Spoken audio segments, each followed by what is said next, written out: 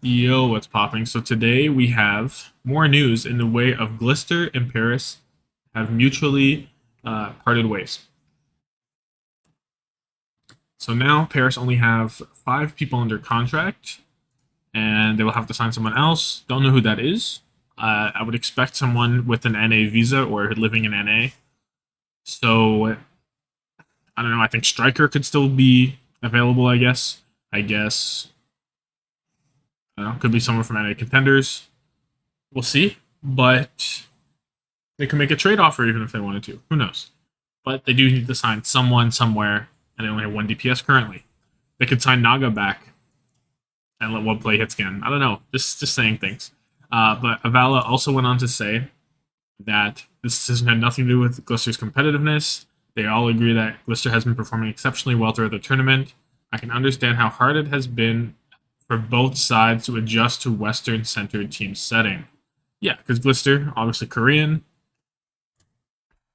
and yeah, so probably a bit of a challenge, and maybe he didn't enjoy that environment, and it wasn't like a super winning team, so he just didn't think it was worth. But I think Glister has been playing exceptionally well, and I really do think he could get picked up somewhere else. Where that is, I don't know, but we'll see. I'm going to talk a little bit now. I'm gonna transition this from a news video into the career of Glister. So, just want to say where he's been right now. So, Glister came into the league to the London Spitfire.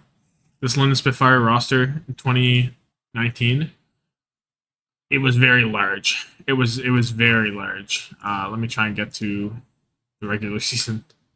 Yeah, very large roster, and they had a lot of players on it, right? But Glister was seen as one of the premier players, and he was playing quite well, but he wasn't playing peak because this London roster was not that good in the end, or they didn't perform that well at least.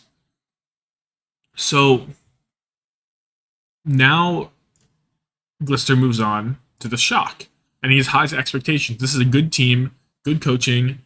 He should perform well, but he kind of falls a little bit short, not fully there with the team, or not that he's not fully there, but he had higher expectations than he achieved, and it was unlucky for him, but he was largely considered a dud, a bust, you could say, and the expectations that were placed onto him were exceedingly high, and he just didn't match them. And he ended up being like a solid, an average player. He seemed like average, maybe average to below average, like all right. And so he goes to Paris. Maybe they're the only team who wanted him. Who knows? But he goes to Paris, and he looks spectacular this season. I really think he should be picked up somewhere else. He has been any shine that Paris has shown, it's come off of Glister. It has been all Glister all season. And I really think he could add to a number of teams' DPS lineup, a number of teams' lineup in general. Just quickly looking, I think the best fit for him right now would probably be Dallas. I think Gurio has performed not as well as anticipated so far. If you're a top team like Dallas, do you want to spend the time to enhance a player who's struggling, or do you want a player that can perform right now and perform well? I think if you're in Dallas's point of view, it would make sense to pick up Glister, get that buff right away, and be able to work on better things, work on more specific things or something. I don't know. You can keep Gurio there if you want to develop him still, but I think Glister would improve this team very strongly right now, which is probably what you want if you're Dallas. You don't want to go through developing players. That's not what this team is. This team is synergy, already built pretty much, and improving on it. Somewhere else he could go, Boston. I could see him getting a lot of value in Boston. I could see Boston picking up. They drop the bag on Striker. Striker's gone. Now they can drop some bag on Glister. I would see that as a success. But anywhere else, I'm not sure if I see it quite the same way. I can't see any other team really picking him up other than Dallas, Boston. Maybe Toronto could have some interest, but you have Hisu, you have Aldo. I don't think that's necessary.